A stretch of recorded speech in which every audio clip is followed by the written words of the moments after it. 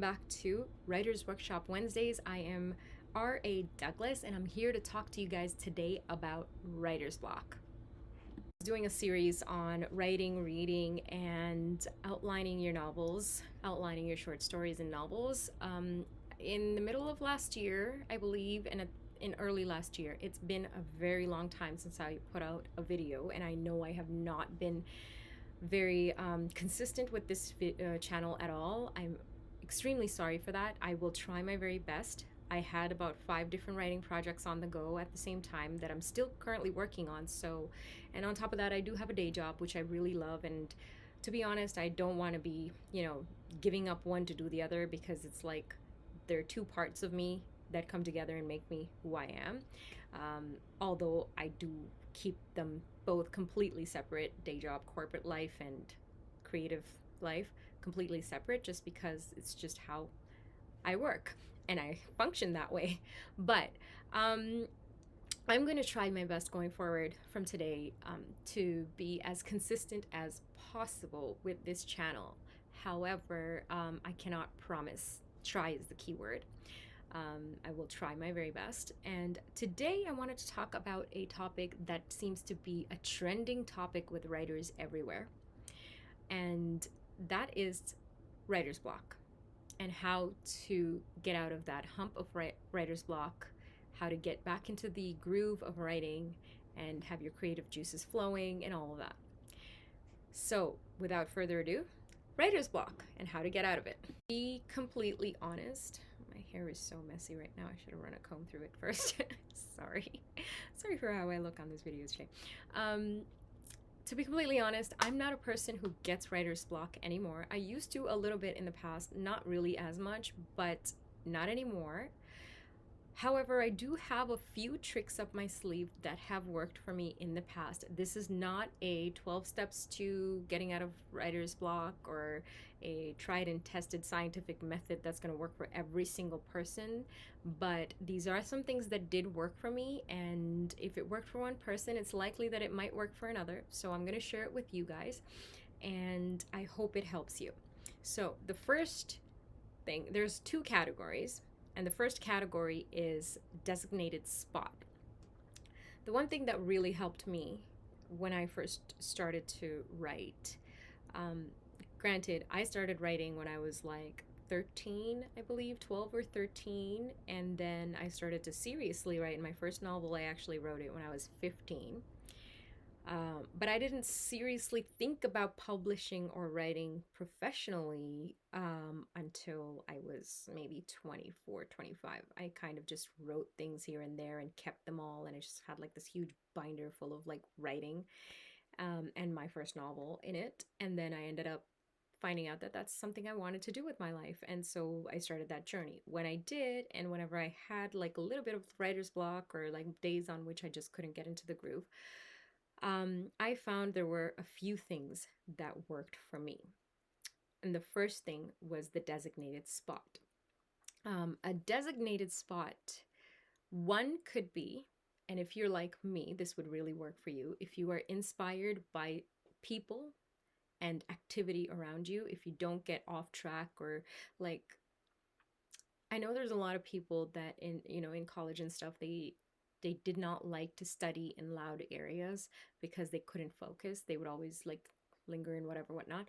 The great thing for writing is that you can use that distraction to your advantage if you can, drive out or just take some inspiration from it. If you can like draw out anything that stands out in the area to write about, that can actually help you with your writing. So if that's your kind of personality, if you get motivated and get inspiration from just watching strangers or commotion and activity going on all around you, then a perfect thing for you would be a cafe, a pub. Like I used to go to a place downtown called Quantum Coffee, I believe, long before COVID happened.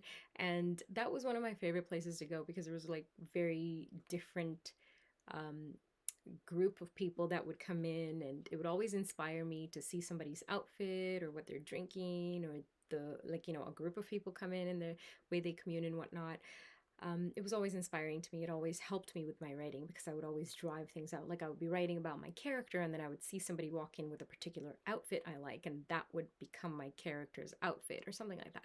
So if you're a person who can drive and draw out inspiration from your surroundings, even when it's loud and noisy and, there's a lot of activity going on, then a perfect place for you would be something like that: a cafe or a pub or a library, a place where you can sit down and write and have some snacks and stuff at the same time, but also a place that, has a lot of activity going on around you, where you're not like isolated and by yourself. Number two, um, large areas of nature. So a park, a garden.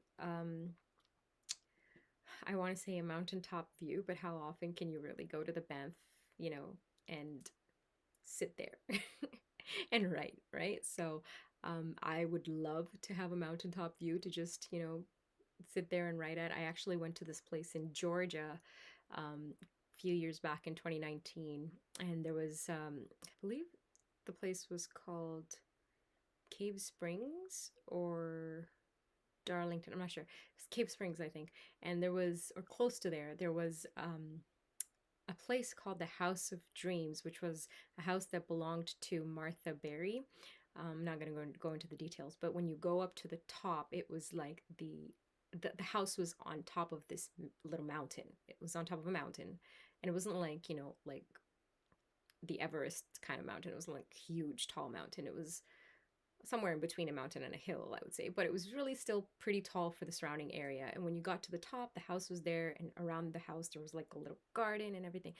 And my mind kept wondering, oh my goodness, if I could just sit here for 3 days and just write, how amazing would that be? Because that view was splendid and just beautiful. I love the mountaintop views, that's my thing. But of course, we don't really have a lot of that in Ontario, where you could just go and sit and write. Or, of course, I'm in Ontario, so wherever you are, if you have that, if you're in the US or somewhere like Utah or something, and you have that in your like surroundings and neighborhood, then go for it, right? Like, kudos to you. I'm actually a little jealous. But yeah, so find a place that has a lot of nature. I don't know what it is about nature that's very inspiring. I'm not the only person to say this. I know a lot of people say that they like when they're in like, a garden type of scene, or if they're at the beach. I have in the summertime, I used to go to the beach and just sit there and write, carry some snacks for myself, and some shade if I needed, like anything I needed, just packed it up, gone there, sat there for several hours and just wrote. And I'm thinking when there are a lot of trees around, there's a lot of oxygen around. So it's more oxygen, it's just a lot more brain power.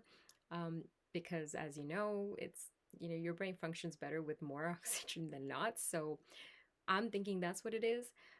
But whatever it is, if that works for you, and if you're a nature kind of person, go for it. Now, I don't want to say go out into the water, in the rain and stuff. I've heard that a lot of people do like rain, and they like it when it's like right after the rain and the whole place is like all foggy and everything. I'm not that person.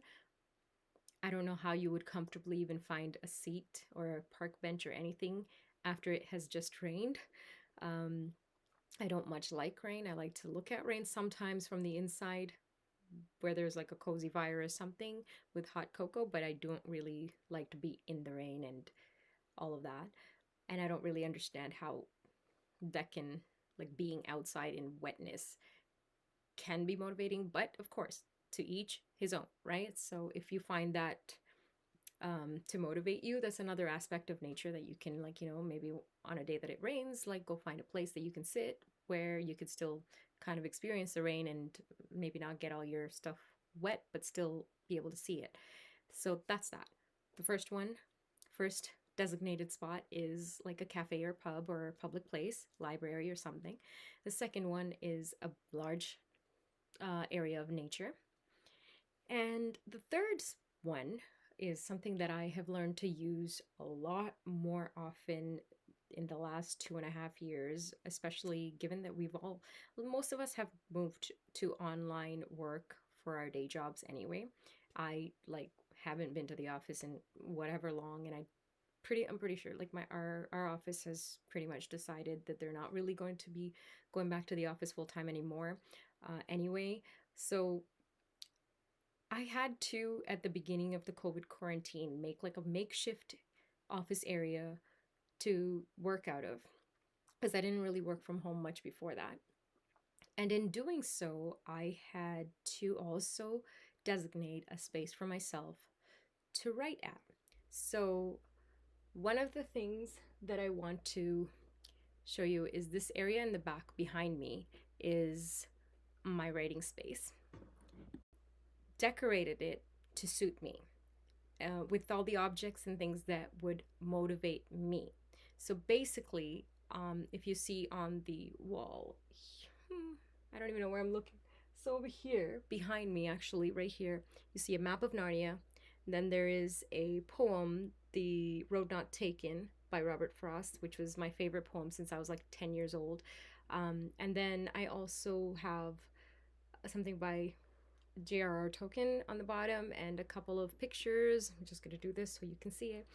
And, things around me that are useful to me and, help me to be productive, as well as are important to me, like that will motivate me to do my writing. Now, the one thing I want to say about the designated spot at home is make sure that it is separate from all the other things you're doing. For instance, my workspace, my day job space is not the same as this. I have, just a little bit aside from each other, I have a different section for it. The reason being is because your brain is wired to do certain things in certain places based on how you've always done it. Now, for instance, if you go to your bed, and if you're a kind of person who only goes to your bed to sleep, you're more likely to fall asleep when you sit on your bed. Whereas you will notice if you're a person who, watches TV, eats your food, eats your dinner, and, does your work from your bed, then you might even have a tough time falling asleep at night. And that's because your brain is wired to think like you can do just about anything there, and like you have not designated that area for sleeping alone. So if you have insomnia, that's a tip right there. Try it and see if it works. It did for me. I do try to like designate areas for everything always. Okay, so having said that, having this space that is specifically for writing has made it a lot easier for me to write, just because everything that inspires me is around me. There are books near me just to, pick up and read. Like right here, there's a little bookshelf. All my favorite books are in there, so I can just pick up and start reading something if I'm just like really stuck, just to get me kind of, intrigued and a little more inspired and whatnot. So that's that section. The first category, designated spot. Those are the three options that I have tried and have worked for me. A loud space with activity, or a place of nature, or my designated spot at home, which now this is like the majority. This is where I spend most of my writing time now. However, in the past I used to go to the cafe and to like the beach and all of that. Moving on, the second category is designating time. So you have to have some designated time for your writing. Whether you are in the mood or not, you got to do it. Now, if you think about it, a lot of people, like, they wake up in the morning, they don't always feel like getting ready for work and going, but you got to do it, because if you don't do it, you don't get paid, right? You're not going to have a job if you just keep saying, oh, maybe not today, I'll do it tomorrow, maybe not.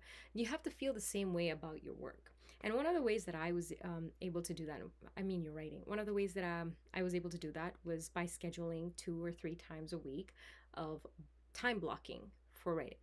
So that's basically, whether in your agenda or on your phone or wherever you schedule your day, block out 90 minutes to write. The reason I'm not saying an hour, although if an hour works better for you, and if you just can't find the time at all, then go for an hour, because something is better than nothing.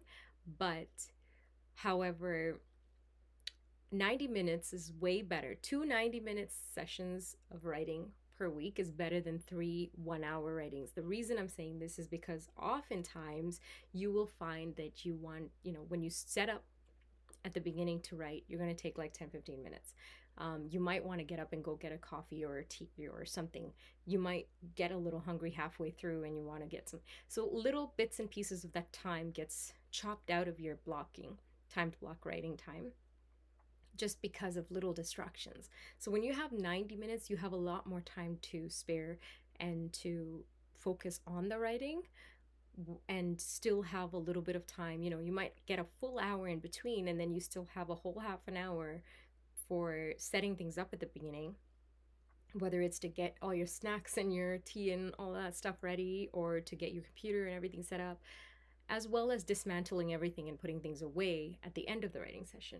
So an hour, if you spend only an hour, you might end up with only 20 minutes of actual quality writing. And by the time you even get up the creative juices flowing to start writing, sometimes it takes a few minutes. So in that, you could lose 5 minutes more or 2 minutes more. So it's always best to schedule 90 minutes if you can. If you're busy, I get it. People have lives that are, crazy these days. There's so much to do. Kids, family, work, other stuff like errands. So if you don't have the time, then by all means do, the 1 hour or the 30-minute writing sessions. But I will highly recommend the 90. I want to suggest is the 15-minute writing freestyle every day. Now, this is something you're going to have to do that doesn't have anything to do with any of the writing projects you have ongoing, but you might end up using these writings for your projects in the future. So for me, I used to take, during my lunch hour while I was eating my food, I used to just scribble some writing. And whatever I wrote during that time, there were situations where I actually ended up taking a whole paragraph or a whole chunk of the writing that I did during my just freestyle writing time, just, my happy time basically. And I have taken almost all of the work I've done during those times and put it into my projects that I have ongoing at the time. So in my novel, I have used things that I have written during my lunch hours or on my like little breaks and whatnot. And I was able to use them, and it really, really helped. So that's another thing, to take 15 minutes every day. And I know I just mentioned in the previous point, if you don't have the time, just do the half an hour, whatever. But 15 minutes every day is absolutely possible. There's I'm sure you watch TV, and if you're a person who does watch TV, a show can take you an hour, 2 hours. Think about it. Prioritize. Where can you grab those 15 minutes from and put it into your writing? Because every second you spend on your writing will be helpful to you. I'm going to suggest is also along the lines of the freestyle writing, and that is to use writing prompts. These also will have nothing to do with your writing, but may be used towards your writing in the future after you have written them. But if you go on to one of my previous videos, you'll find the one with where I talk about writing to write every day. There are some examples of writing prompts that you can use, which you can use as a guide to get some like momentum going in your writing. It can be, you can find writing prompts just about anywhere. You can just Google it and find a sheet, or you could use the one that I've provided in the past on my video. It's in the description box. Or there are even books. If you go to Indigo, you can find like books with spaces for writing that say like 50 writing prompts or 150 writing prompts and whatnot. So you can use those as well. But writing prompts are basically something that's already giving you an idea of what to write. So you don't have to sit and think about, what do I have to write today? What do I want to write today? You don't have to like come up with the idea, come up with the whole, theme and all that, but it's already there and ready for you. So that's actually one of the best things. I used to actually use my 15-minute freestyle writing and have a prompts book at one point, which I used to write from. And then I used those works into my writing in the future. not in the future, in the past. But yeah, so those are my techniques. These are all my techniques for getting out of a rut of writer's block. And I'm 100% sure at least one person out there is going to find this useful because, like, trust me, your environment and dedicating time is going to be the most important thing you do towards your writing in order to start and keep the momentum going. So do that for yourself. Try these, see if they work. If they do, leave a comment for me. Let me know how it goes. If there's something that didn't work, let me know as well. Leave a comment underneath. If you enjoyed this video, please do click like and share it with someone that you think would find it useful. And don't forget to subscribe, okay?